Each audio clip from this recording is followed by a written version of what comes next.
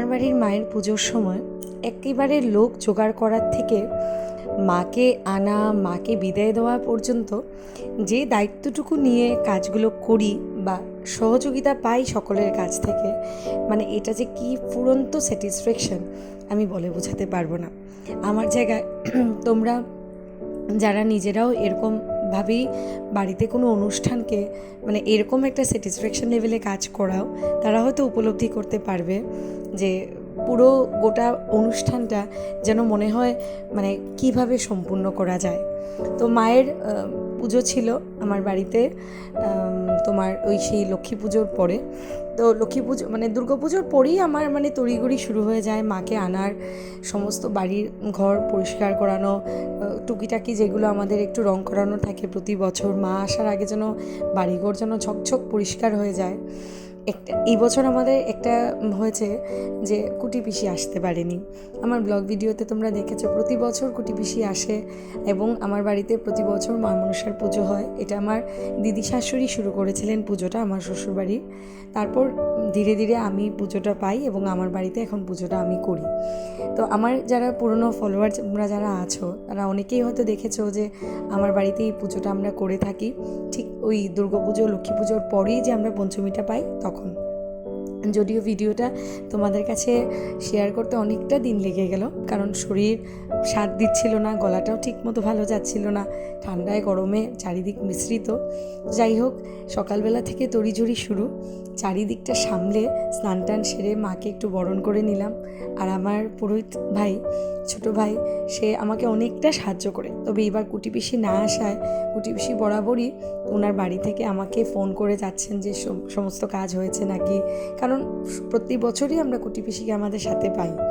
আর উনি থাকলে কি হয়, আমার একটা দিক আছে একদম দেখতে হয় না। আর মা তো আছেনই আমার।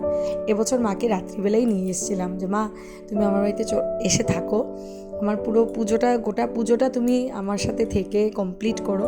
কারণ মাকে নিয়ে এসে মানে আমার সবসময় একটা কি বলবো একটা অস্থির কাজ করে যে মা যেন মানে সুস্থ সবলভাবে যত্নে যেন আমার বাড়িতে 2 দিন থেকে যেতে পারেন।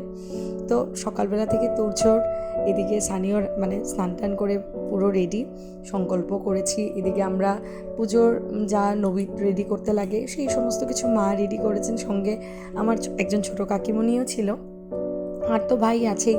আমরা অন্যান্য আমার বাড়ির যে হাউস হেল্পাররা যারা আছে ওরাও ছিল, সকলের সহযোগিতাতেই এই পুরো গোটা পুজোটা যেন এত ভালো করে কাটিয়েছি, বিশ্বাস করো।